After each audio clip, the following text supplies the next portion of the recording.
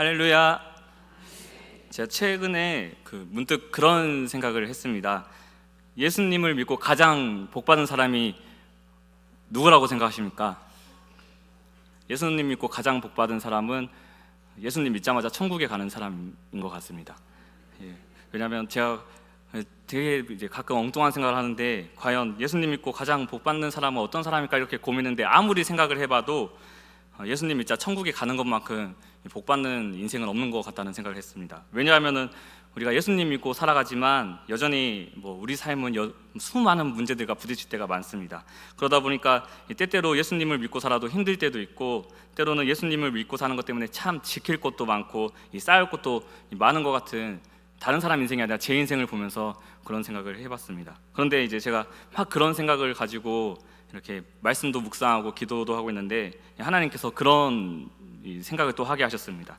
우리가 예수님 믿고 천국 가는 것이 정말로 복되지만 동시에 이 세상을 살아가는 것도 하나님의 축복이라는 사실입니다. 왜냐하면은 우리가 예수님 믿고 구원받았다는 사실은 그저 예수님 믿고 죽어서 천국 간다는 그 정도의 말이 아니기 때문입니다. 하나님께서 주신 생명을 가지고 하나님이 창조하신 이 세상을 하나님이 주시는 은혜로 하루하루 살아가는 게 바로 이 구원의 축복이라는 사실을 하나님께서 그 마음을 저에게 주셨습니다. 그래서 우리가 오늘도 이 땅을 살아가면서 오늘도 나를 먹이시고 입히시고 나를 지키시는 그 하나님의 은혜를 누리는 것, 그리고 그 은혜를 통해서 이 하나님의 살아계심을 인정하고 하나님께 영광 돌리는 삶이 바로 하나님이 우리를 이 땅에 보내신 이유인과 동시에 우리가 예수님을 믿고 누리는 가장 귀한 복인 줄로 믿습니다. 물론 우리가 언젠가는 죽게 됩니다.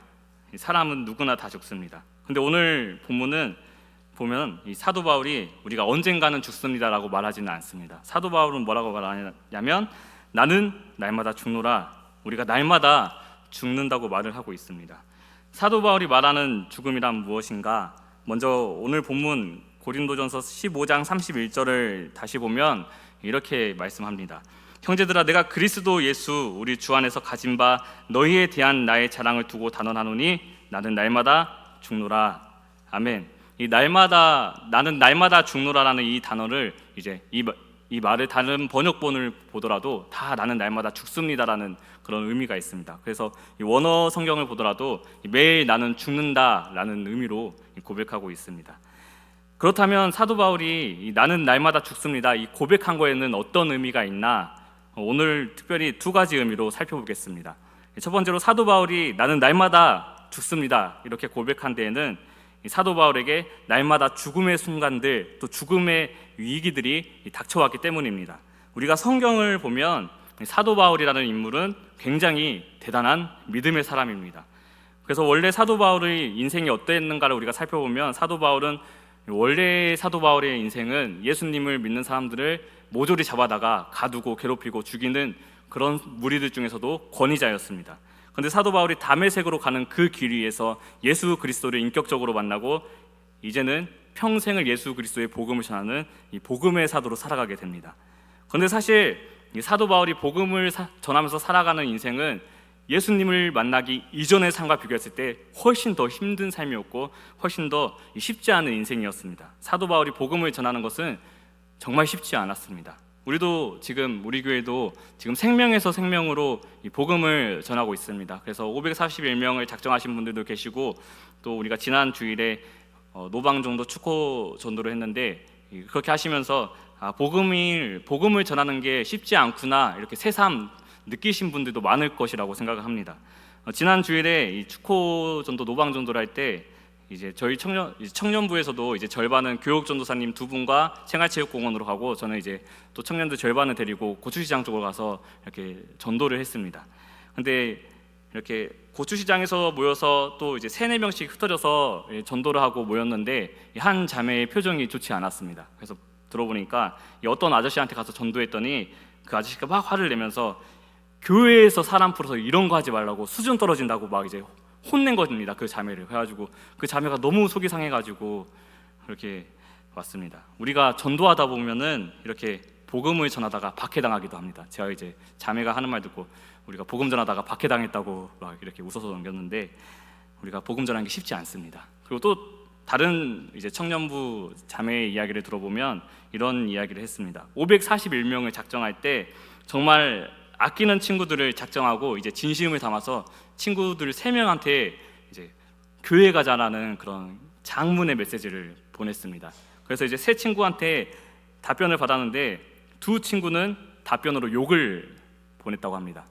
그리고 한 친구는 그래도 이제 한 친구는 뭐라 했냐면 그래 다음에 같이 가자라는 이제 그런 답을 했다고 하는데, 그래서 이제 그 자매가 너무 좋아가지고 다음 주가 되기만을 기다리다가 이제 다음 주가 되니까 친구한테 야, 이번 주에 같이 교회 가자 이렇게 또 연락을 하니까 이번 주는 약속이 있어서 나중에 가겠다고 그렇게 했다고 합니다. 그래가지고 또 다음 주가 되니까 다음 주가 되기까지 또 얼마나 기다렸겠습니까? 다음 주가 되니까 또 친구한테 이번 주는 같이 갈 수 있지 하고 이렇게 보내니까 그 친구가 이제 돌아오는 답변이 어떤 답변이었냐면 솔직히 내가 나중에 가겠다고 한 거는 너랑 멀어지기 싫어서 그렇게 답한 건데 자꾸 나한테 교회 가자고 하면 내가 너무 부담스럽다.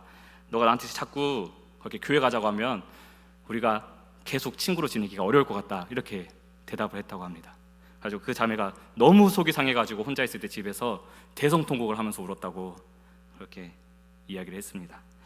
이처럼 우리가 예수님을 전하는 것은 쉽지 않습니다. 특별히 이 시대는 예수님을 믿고 사는 것은 쉽지 않은데 그러면서 동시에 예수님을 전하는 것은 더 쉽지 않습니다. 그런데 중요한 것은 사도 바울은 어쩌면 우리가 겪는 것보다 더 수많은 위기를 당했다는 것입니다. 정말로 예수님을 전하는 매 순간순간이 사도 바울을 죽음의 자리로 몰아가는 순간들이었던 것입니다. 사도 바울이 그럼 얼마나 위기를 당했고 얼마나 죽음의 위협을 당했나, 고린도후서 11장 23절부터 27절을 보면 우리가 알 수 있습니다. 제가 읽어드리겠습니다. 사도 바울이 이렇게 말을 합니다. 내가 수고를 넘치도록 하고 옥에 갇히기도 더 많이 하고 매도 수없이 맞고 여러 번 죽을 뻔하였으니 유대인들에게 40에서 하나 감한매를 5번 맞았으며 3번 태장을 맞고 1번 돌로 맞고 3번 파선하고 일주야를 깊은 바다에서 지냈으며 여러 번 여행하면서 강의 위험과 강도의 위험과 동족의 위험과 이방인의 위험과 신의 위험과 광야의 위험과 바다의 위험과 거짓 형제 중의 위협을 당하고 또 수고하며 애쓰고 여러 번 자지 못하고 줄이며 목마르고 여러 번 굶고 춥고 헐벗었노라. 바울은 예수님을 전하다 수도 없이 감옥에 갇혔습니다. 수도 없이 매를 맞았습니다. 특히 이 40에 하나한 감한매를 5번 맞았다고 하는데 왜 40대면 40대지 39대를 때렸냐? 유대인들에게는 이 미시나라는 책이 있습니다. 이 미시나라는 책은 유대인들의 율법을 더 쉽게 어떻게 지킬 수 있는지 풀이해 놓은 책인데 그 미시나를 보면은 이렇게 써져 있습니다. 죄수가 매를 맞는데 40대가 넘게 맞다가 죄수가 죽으면 때린 사람에게 책임이 있다. 그런데 이 39대를 맞다가 죄수가 죽을 경우에는 때린 사람은 죄수의 죽음에 대해 아무런 책임을 지지 않아도 됐다, 이렇게 말을 했기 때문입니다. 그래서 유대인들은 사도 바울을 잡아서 매를 때린 이유는 다 어떤 목적이겠습니까? 다 죽이기 위한 목적이었지만 자기들은 책임을 지지 않기 위해서 이 40대에서 하나한 감한매를 때린 것입니다. 뿐만 아니라 바울은 채찍질도 당하고 돌도 맞고 배도 파손당하고 여러 번 강의 위험과 강도의 위험, 동족의 위험, 이방인의 위험, 신의 위험, 광야의 위험, 바다의 위험, 거짓 형제 중의 위험, 위험이란 위험은 다 당했습니다. 또 수고하고 애쓰고 여러 번 자지 못하고 줄이고 목마르고 굶고 춥고 헐벗고, 어떤 사람이 이렇게 하면서까지 복음을 전할 수 있겠습니까? 다 사도 바울이 예수님을 전하다가 당한 복음입니다. 사도 바울 한 사람이 당한 고난이 이렇게 많습니다. 당연히 바울은 이렇게 코앞까지 다가오는 그런 죽음의 위협들을 보면서 자연스럽게 나는 날마다 그 죽습니다의 심정으로 예수님을 전하는 인생을 살았을 것입니다. 그런데 그럼에도 불구하고 바울이 어쩌면 언제 죽을지 모르는 그런 위기를 당하면서까지 예수님을 전하는 인생을 살 수 있었던 이유는 바울에게는 예수 그리스도의 부활 생명이 있었기 때문입니다. 오늘 본문이 있는 이 고린도전서 15장은 성경에서 부활장이라고 말하는 장입니다. 그리스도 예수의 부활과 성도의 부활에 대한 이야기로 가득 차 있습니다. 그런데 사도 바울이 부활에 대한 이야기를 하다가 갑자기 나는 날마다 죽습니다, 고백한 것은 뜬금없는 소리가 아닙니다. 사도 바울이 말한 죽음은 기본적으로 부활을 전제한 죽음이었기 때문입니다. 성경이 말하는 죽음은 죽으면 끝이다가 아닙니다. 세상은 죽으면 끝이다를 말하고 진짜 죽으면 끝인 것처럼 이 인생 한 번 사니까 우리가 놀 거 다 놀고 한번 죽어보자 이런 식으로 특히 이 문화가 그렇게 흘러가고 있습니다. 하지만 성경은 죽으면 끝이다가 아니라 죽음 이후에 성도에게는 영원한 생명을 누리는 부활이 있다고 분명히 말하고 있습니다. 사실 나는 날마다 죽습니다, 이 고백을 볼 때 우리가 누가 죽는 게 좋겠습니까? 죽음에 대한 이야기는 누구에게나 불편한 이야기입니다. 그런데 그 불편한 이야기를 사도 바울이 할 수 있는 이유는 하나님이 그리스도 예수 안에서 나를 다시 살리셨음을 믿음과 동시에 나를 다시 살리실 것을 믿기 때문에 가능했습니다. 예수 그리스도의 부활과 성도의 부활이 없다면 어떤 바보가 날마다 죽음의 위협을 당하면서까지 예수 그리스도의 복음을 전하겠나? 바울은 부활하신 예수 그리스도의 그 진리를 믿었습니다. 시대가 변해도 상황이 바뀌어도 진리는 변하지 않습니다. 바울은 시대가 바뀌어도 또 상황들이 변해도 예수 그리스도의 부활하심과 성도의 부활에 대한 진리가 바뀌지 않음을 믿었기 때문에 어떤 상황에서도 예수 그리스도의 복음을 전할 수 있었습니다. 그래서 바울은 이렇게 말합니다. 고린도전서 15장 17절을 보면 바울이 이렇게 말을 합니다. 그리스도께서 다시 살아나신 일이 없으면 너희의 믿음도 헛되고 너희가 여전히 죄 가운데 있을 것이요. 아멘. 예수 그리스도께서 다시 살아나셨기 때문에 사도 바울과 오늘 우리의 믿음이 헛되지 않은 줄로 믿습니다. 그래서 사도 바울은 성도들을 향해서 또 동시에 이렇게 격려합니다. 이 고린도전서 15장 58절을 보면 사도 바울이 이렇게 격려합니다. 그러므로 내 사랑하는 형제들아, 견실하며 흔들리지 말고 항상 주의 일에 더욱 힘쓰는 자들이 되라. 이는 너희 수고가 주 안에서 헛되지 않은 줄 알미라. 아멘. 우리가 복음 전하다가, 우리가 생명 전하다가 박해당할 수 있지만 그게 헛되지 않다는 것입니다. 왜냐하면 부활하신 예수 그리스도가 우리에게 그 생명을 주셨기 때문입니다. 사랑하는 여러분, 하나님은 우리를 이 시대에, 이 대한민국 땅에 예수 그리스도의 복음을 전하라고 선교사로 보내신 사람들인 줄로 믿습니다. 우리는 이 대한민국에 예수님을 전하는 이 대한민국의 선교사입니다.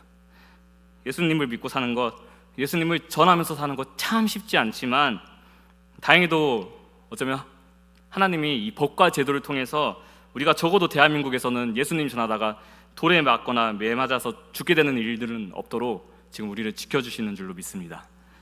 대신 우리는 적어도 예수님을 전하면서 날마다 나는 죽습니다를 경험합니다. 내 자존심이 죽고 내 자아가 죽는 그런 상황들을 경험합니다. 솔직히 우리가 복음 전하다가, 예수님 전하다가 이렇게 좀 무례하게 대하는 사람들, 막 무시하는 것들 보면서 내가 교회만 안 다녔으면 내가 진짜 가만히 안 있었을 텐데 이렇게 생각하는 그런 마음들이, 그런 순간들이 얼마나 많습니까? 하지만 우리가 예수 그리스도의 부활과 성도의 부활이 있기에 복음을 전하는 우리 인생이 가장 복된 줄로 믿습니다. 두 번째로 바울이 말한 나는 날마다 죽습니다, 이 말은 죄에 대한 죽음을 의미합니다.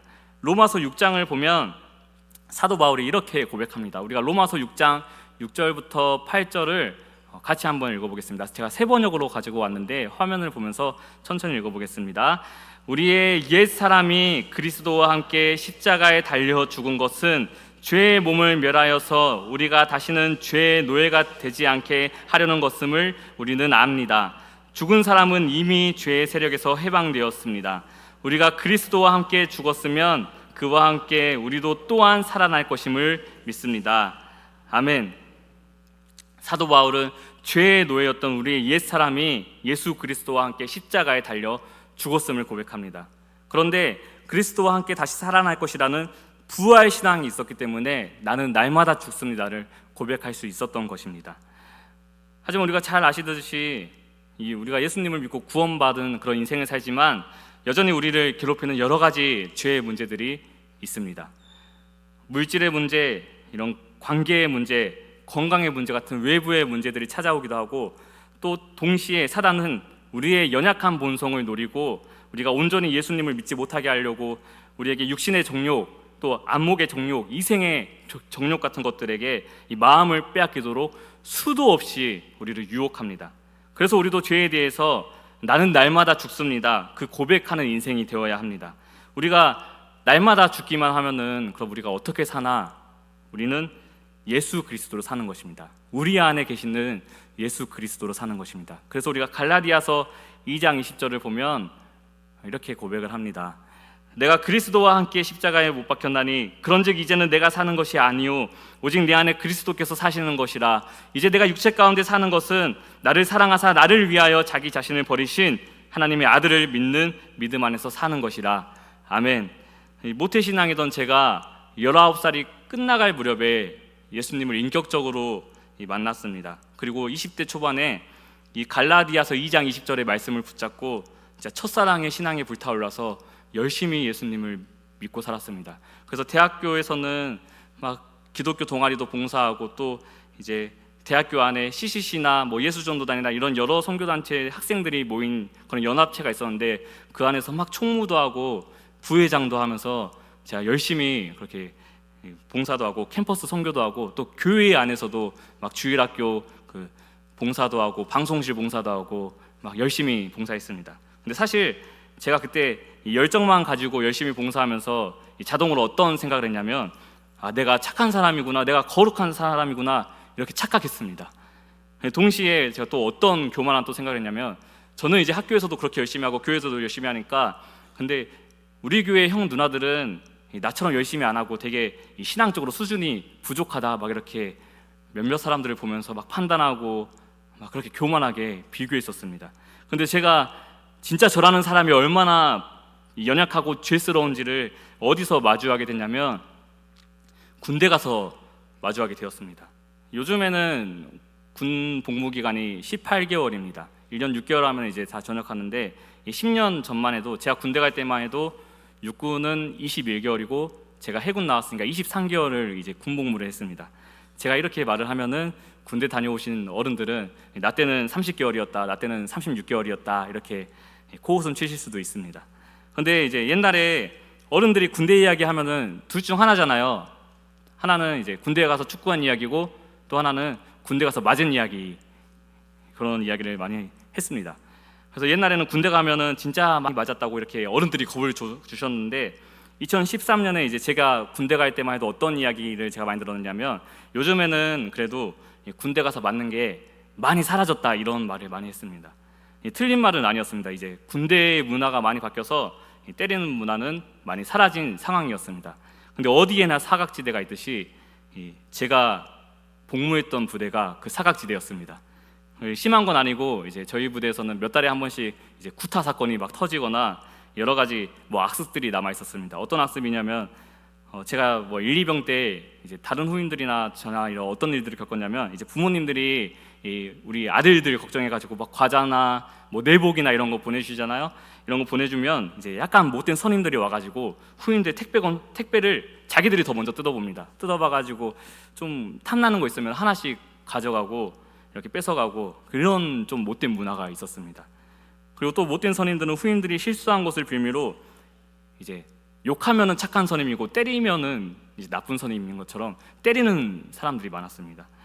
그래서 저는 진짜 안 맞고 싶어가지고 열심히 해서 맞지는 않았습니다. 근데 제 한 달 후임 중에서 어떤 후임이 있었냐면은 우리가 조인트 까인다고 이제 좀 속된 말로 표현하는데 이 정강이를 군홧발로 이렇게 걷어차는 것을 조인트 까인다고 하는데 이제 한 후임이 이 군홧발로 정강이를 하도 많이 맞아가지고 이 정강이가 있으면 여기가 고름이 차가지고 이렇게 부었습니다. 근데 그 고름이 안 빠지고 그 안에서 차가지고 차 있는 상태에서 또 맞고 하니까 그 상태에서 또 곪고 또 썩고 해가지고 결국에는 2-3달 정도 군 병원에 가서 이제 수술하고 치료받고 온 후임도 있었습니다.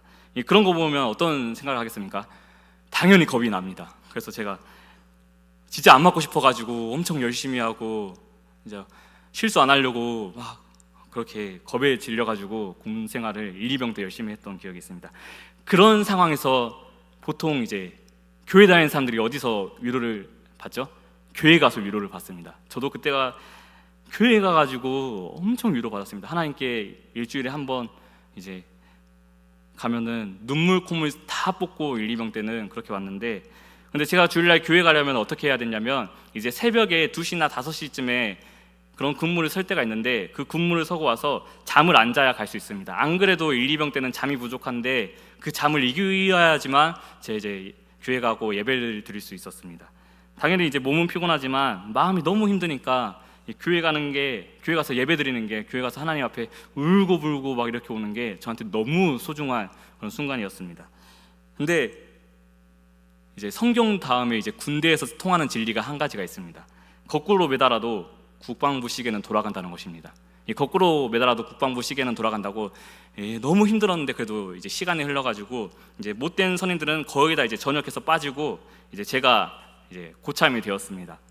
이제 제가 고참이 되니까 이제 무슨 생각을 제가 고참 되고 많이 했냐면은 나는 선임들이 무서웠으니까 후임들한테 잘해줘야지, 이런 생각 안 했습니다. 제가 어떤 생각을 많이 했냐면, 제가 후임 때 이제 속된 말을 해서 죄송한데 개고생했으니까 나도 이제 고생한 거에 대한 좀 이제 보상을 받아야겠다, 그 보상 심리가 작용해가지고 내가 그동안 열심히 선임들 빨래하고 구두 닦아주고 옷 다려주고 심부름하고 할 거 다 했으니까 당연히 나도 적어도 내가 후임들 거 뭐 뺏거나 때리지는 않더라도 나도 그런 대접 정도는 받아야겠다 하는 그 보상 심리가 이제 저를 막 이제 가득 채우고 있었습니다. 근데 딱 그 시기에 진짜 제가 딱 그것들을 누릴 수 있는 시기에 우리나라 이 군대를 바꾸는 큰 두 가지 사건들이 발생합니다. 여러분 혹시 2014년 이 뉴스에서 가장 많이 나오던 이 말을 기억하십니까? 참으면 윤일병, 못 참으면 임병장. 2014년 4월에 경기도 연천의 한 부대에서 이 사망 사건이 발생합니다. 이 선임병사들이 후임 병사인 이 윤일병을 상습적으로 집단 구타해가지고 결국 윤일병이 안타깝게 목숨을 잃은 사건입니다. 그리고 2달 뒤에 2014년 6월에 강원도 고성의 한 부대에서 총기 난사 사건이 발생합니다. 이 전역을 3개월 앞둔 임병장이 그동안 후임들에게 무시당하고 이제 괴롭힘 당했던 거에 대해서 원한을 가지고 그 부대 안에서 무차별적으로 총기를 난사해서 이 5명이 목숨을 잃은 안타까운 사건입니다. 그래서 이 두 사건을 겪고 이 국방부에서 이 군대 내의 이 구타나 가혹행위들을 뿌리채 없애버려야 되겠다는 이제 정책을 펼칩니다. 그 정책이 이 병영문화혁신이라는 그런 정책이었는데, 이제 동기들끼리 생활관을 쓰고 이제 선임들이 후임들한테 뭐 청소를 시키거나 빨래를 시키거나 심부름 시키는 거 절대 못하게 하고, 이제 욕설도 못하게 하고 말도 험하게 할 수 없는 그런 이제 감시들도 많이 하고 정책들을 펼쳤습니다. 근데 이제 사람이 환경에 적응하는 이제 존재라고, 이제 저도 모르는 그런 사이에 군대 문화와 그런 계급 문화에 적응해 버려 가지고 그런 사건들을 보면서 진짜 너무 안타깝지만, 근데 나도 이제 후임들한테 좀 대접 좀 받고 편하게 지내나 싶었는데 그게 왜 안 되니까 그게 너무 화가 났습니다. 그래가지고 제가 어떻게 화풀이를 했냐면은, 훈련 받을 때나 이제 다 같이 달리기를 할 때 제가 그 누구보다 열심히 했습니다. 이 군대에서 제일 무서운 선임이 열심히 하는 선임이라 해가지고 이제 훈련 받을 때도 열심히 하고 달리기 뛸 때도 열심히 하고 군가 부를 때도 크게 불러가지고 이제 저보다 못하는 후임들 있으면 옆으로 가가지고 막 욕하고 막 화내고 너 그렇게 하게 돼 있냐 막 이러면서 화내고 그랬습니다. 그리고 또 애들이 이제 후임들이 어떤 실수를 했다고 하면은 당장 불러가지고 이제 제 앞에다 세워놓고 뭐 30분이고 1시간이고 막 욕하면서 혼내고 그랬습니다. 제가 군대에 있을 때 이제 제가 군대에 23개월 있었는데 제 평생 썼던 욕보다 군대에서 쓴 욕이 더 많은 것 같습니다. 심지어 이제 전라도 욕은 또 구수하다고 하잖아요. 그래서 그 맛이 있어가지고, 근데 저희 이제 해군은 경상도 쪽 사람이 많으니까 그랬습니다. 제가 몸으로는 사람을 때리지 않았지만 그렇게 말로 그렇게 사람들을 이제 많이 때리고 다녔습니다. 그래도 이제 제가 또 우리 부대 안에서 또 자랑할 만한 게 뭐였냐면은, 우리 부대에서 교회를 가장 열심히 다니는 사람 중에 한 사람이 저였습니다. 뭐 목사님 아들들도 군대 가면 다 욕을 하더라고요. 이 목사님 아들들, 지사님 아들들, 장로님 아들들 빼고 제가 가장 열심히 다니는 사람 중에서 한 사람이었습니다. 이제 제가 근데 이제 병장을 달고 이제 어느 날은 이제 주일 아침날 이제 새벽 근무를 다녀와서 교회를 가야 되는데, 이제 또 사람이 몸이 편해지면 마음도 편해진다고 제가 그날 처음으로 어떤 생각을 했냐면, 오늘은 조금 힘드니까 오늘만 좀 쉬어야겠다 이런 생각을 했습니다. 근데 그때 제가 막 이렇게 자고 있는데 제 동기가 와서 저를 깨우더라고요. 야, 찬성아 교회 갔다 와야지 하면서 깨우더라고요. 그 친구는 교회 안 다니는 친구였습니다. 이제 동기들이랑 같이 생활반을 쓰고 있었습니다. 그때는 저는 이제 어떤 생각을 했냐면, 하나님이 그래도 이제 주일날 교회 가라고 이 교회 안 다니는 동기를 통해서 나를 깨워주시는구나 하고 하나님께도 감사하고 이제 그 동기한테도 감사해가지고 이제 교회 갔다 와가지고 그 동기한테 깨워줘서 고맙다 이렇게 말을 했습니다. 근데 그 친구가 저한테 했던 말이 있는데, 저는 그 말이 제 인생에 들었던 그 어떤 말 중에서도 제 뒤통수를 가장 세게 때리는 말이었고, 진짜 제 여기 머리 끝부터 이 발끝까지 반으로 갈라내는 말처럼 느껴졌습니다. 그 친구가 저한테 이렇게 말을 했습니다. 이놈은 마귀 새끼인데 그나마 교회 다녀오면 착해진다. 물론 이제 그 친구 입장에서는 장난으로 한 말인데 저한테는 그게 너무 크게 다가왔습니다. 제가 너무 정신 못 차리고 사니까 하나님께서 이 교회 안 다니는 사람 그 친구 입을 통해서라도 오찬성 너 정신 차려라 하는 것 같았습니다. 그래가지고 이놈은 마귀 새끼인데 교회 다녀오면 그나마 착해진다. 제가 그 말을 듣고 얼마나 제가 연약하고 부족한 사람인지를 너무 부끄러워가지고 하나님 앞에 부끄러워서 진짜 교회만 열심히 다니는 사람이 아니라 제가 정말로 예수님 믿는 사람 되게 해달라고 그렇게 막 또 울면서 기도하고 반성하면서 남은 군 생활을 했습니다. 사실 제가 가끔씩 이렇게 거울을 볼 때마다, 거울을 보면 제 얼굴이 보이잖아요.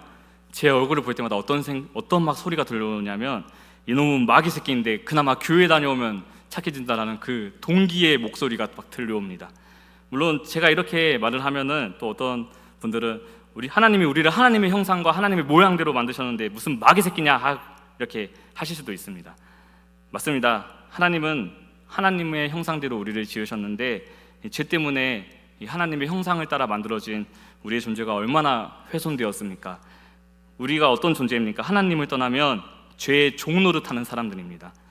그런데 예수님께서 다시는 죄의 종노릇하지 말라고 우리를 사랑하셔서 우리에게 자유를 주시려고 십자가에 못 박히셨습니다. 그런데 제가 자랑할 만한 게 몇 가지가 있거든요.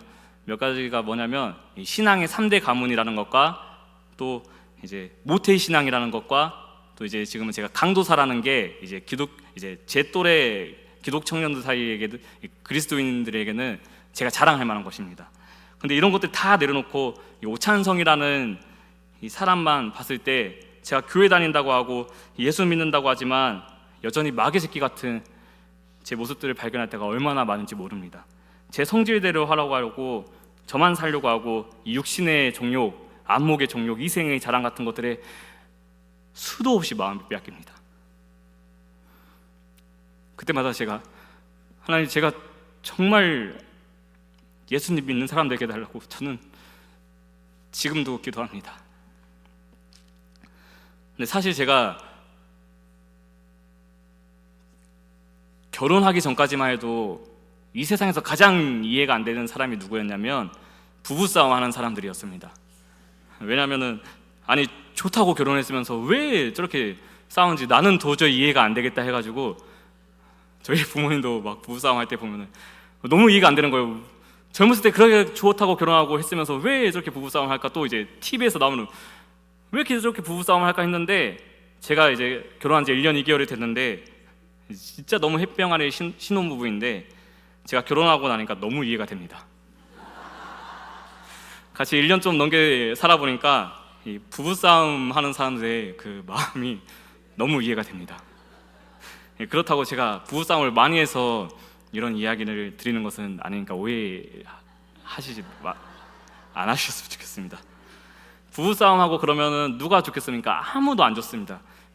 남자도 힘들어하고 여자도 힘들어하고. 근데 어느 날은 이제 제가 얼마 전에 이제 저희도 부부싸움할 때 되게 치열하게 합니다. 부부싸움을 치열하게 하고 이제 혼자 방에 앉아가지고 혼자 문 딱 닫고 앉아가지고 또 이제 되게 도대체 왜 부부싸움을 하는 걸까 이런 생각을 했습니다. 이제 혼자 막 곰곰이 생각했습니다. 제 아내는 저 방에서 막 울고 있고 저는 방 한쪽에서 왜 부부싸움을 하는 걸까 이렇게 곰곰이 생각했는데, 그러다가 하나님께서 또 이 마음을 깨닫게 하셨습니다. 내가 살려고 하니까 문제구나, 내가 죄된 본성이 끄집어내는 그 성질대로 내가 살려고 하니까 문제구나. 다 사단이 제 죄된 본성, 그 옛사람이 그 살아 숨쉬게 하려고 막 제 속에서 막 헤집고 다니고 우리 부부관계를 헤집고 다니니까 내가 그렇게 내 아내에게 내 아내를 깎아내리는 말, 내 아내를 죽이는 말을 그렇게 하는구나.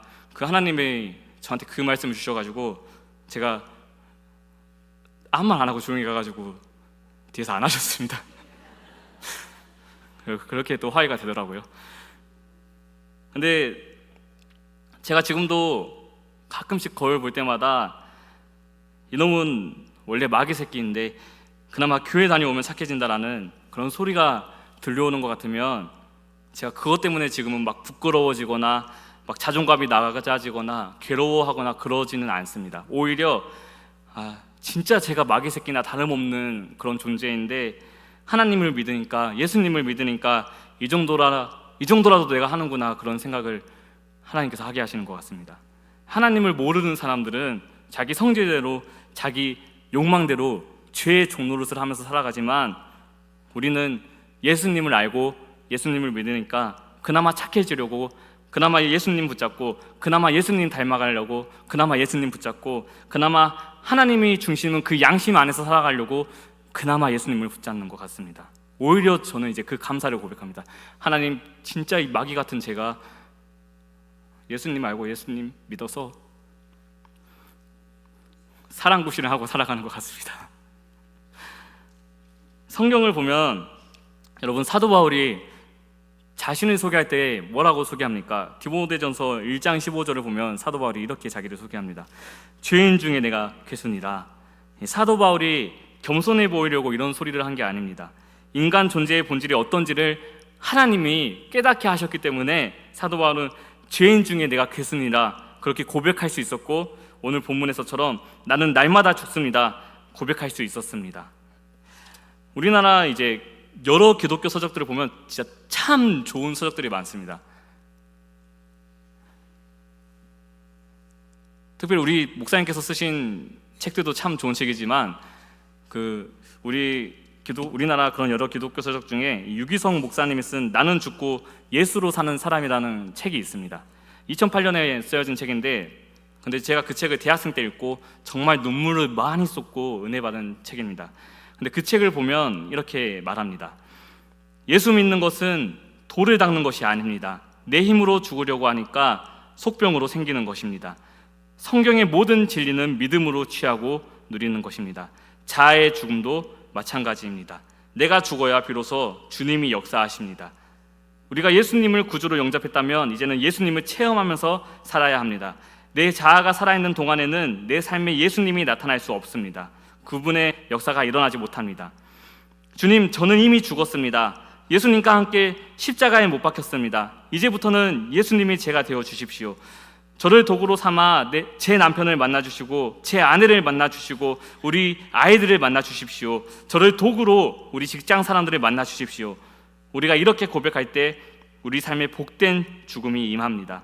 그 후에 죽음으로 생명을 누리는 그리스도인의 비밀이 자신의 삶에서 해석되고 실현되는 놀라운 기적이 펼쳐질 것입니다. 아멘. 사랑하는 여러분, 우리 안에 온전히 예수 그리스도께서 사시기 위해서, 주님이 우리 인생의 주인이 되시기 위해서 어떻게 해야 하나? 나는 날마다 죽습니다 고백하는 인생이 되어야 하는 줄로 믿습니다. 나의 옛 자아가 예수 안에서 나는 날마다 죽습니다 고백해야 합니다. 나의 죄된 본성이 예수 안에서 나는 날마다 죽습니다 고백해야 합니다. 내가 죽어야 내가 예수로 살 수 있습니다. 내가 죽어야 내 삶에 예수의 능력이 나타날 수 있습니다. 마지막으로 이 말씀을 함께 고백하기를 소망합니다. 갈라디아서 2장 20절 말씀을 우리가 천천히 마음을 다해서 한번 고백하겠습니다. 시작. 내가 그리스도와 함께 십자가에 못 박혔나니 그런즉 이제는 내가 사는 것이 아니요 오직 내 안에 그리스도께서 사시는 것이라. 이제 내가 육체 가운데 사는 것은 나를 사랑하사 나를 위하여 자기 자신을 버리신 하나님의 아들을 믿는 믿음 안에서 사는 것이라. 아멘. 나의 옛사람은 예수 그리스도와 함께 날마다 죽고 내 안에 살아계신 예수 그리스도로 하루하루 인생을 날마다 살아가는 저와 여러분 되시기를 간절히 소망합니다. 기도하겠습니다. 사랑의 하나님, 오늘도 우리에게 귀한 인생 주셔서 감사합니다. 하나님, 예수 믿고 예수 붙잡는 인생 살게 하심에 감사합니다. 하나님, 우리의 죄된 본성, 또 우리의 옛사람은 예수 안에서 날마다 나는 죽습니다 고백하면서 살게 하시고, 대신 내 안에 계신 예수 그리스도가 날마다 살아갑니다를 고백하는 인생 될 수 있도록 오늘도 우리 삶에 임재하시고 우리 삶의 주인 되시고 우리 삶을 인도하여 주시옵소서. 오늘도 살아계시는 예수님의 이름으로 기도합니다. 아멘.